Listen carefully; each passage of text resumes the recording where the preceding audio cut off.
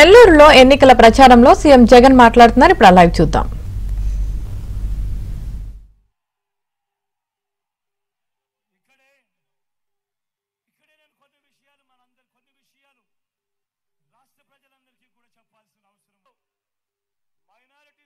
ఏదైతే ఇచ్చామో అది కేవలం మతం ప్రాతిపదికగా ఇచ్చిన రిజర్వేషన్లు కావు.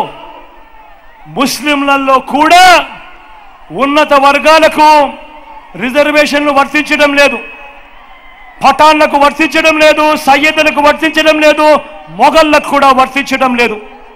ఇవి కేవలం వెనుకబాటు ప్రాతిపదికగా మాత్రమే ఇచ్చినవి. నేను ఇవాళ అడుగుతా ఉన్నా, ఇదే బీజేపీని అడుగుతా ఉన్నా, ఇదే వ్యతిరేకిస్తా ఉన్న వాళ్ళందరినీ కూడా అడుగుతా ఉన్నా. అన్ని మతాల్లో కూడా బీసీలు ఉన్నారు, ఓసీలు ఉన్నారు. ఒక్క ముస్లింలలోనే కాదు, అన్ని మతాల్లో కూడా బీసీలు ఉన్నారు, ఓసీలు ఉన్నారు. ఇవి రాజ్యాంగానికి లోబడి వెనుకబాటు ప్రాతిపదికగా ఇచ్చిన రిజర్వేషన్లు.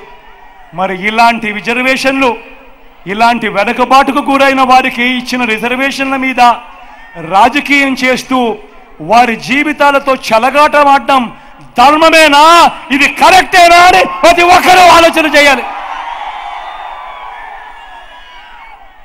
నేను ఇవాళ చెప్తా ఉన్నా, ప్రతి మైనారిటీ సోదరుడికి, ప్రతి మైనారిటీ అక్క చెల్లెమ్మకు భరోసా ఇచ్చి చెప్తా ఉన్నా, 4% రిజర్వేషన్ల విషయమే కానివ్వండి, ఎన్ఆర్సీ కానివ్వండి, సిఏఏ కానివ్వండి, ఇంకా ఏ మైనారిటీ అంశమైనా కానివ్వండి, మైనారిటీ మనోభావాలకు, వారి ఇజ్జత్ और ఇమాంకు అండగా నిలబడుతూ వారికి మద్దతు ఎప్పటికీ ఉంటాడో వాళ్ళ బిడ్డ జగన్ అని చెప్పి సందర్భంగా చెప్తా ఉన్నా.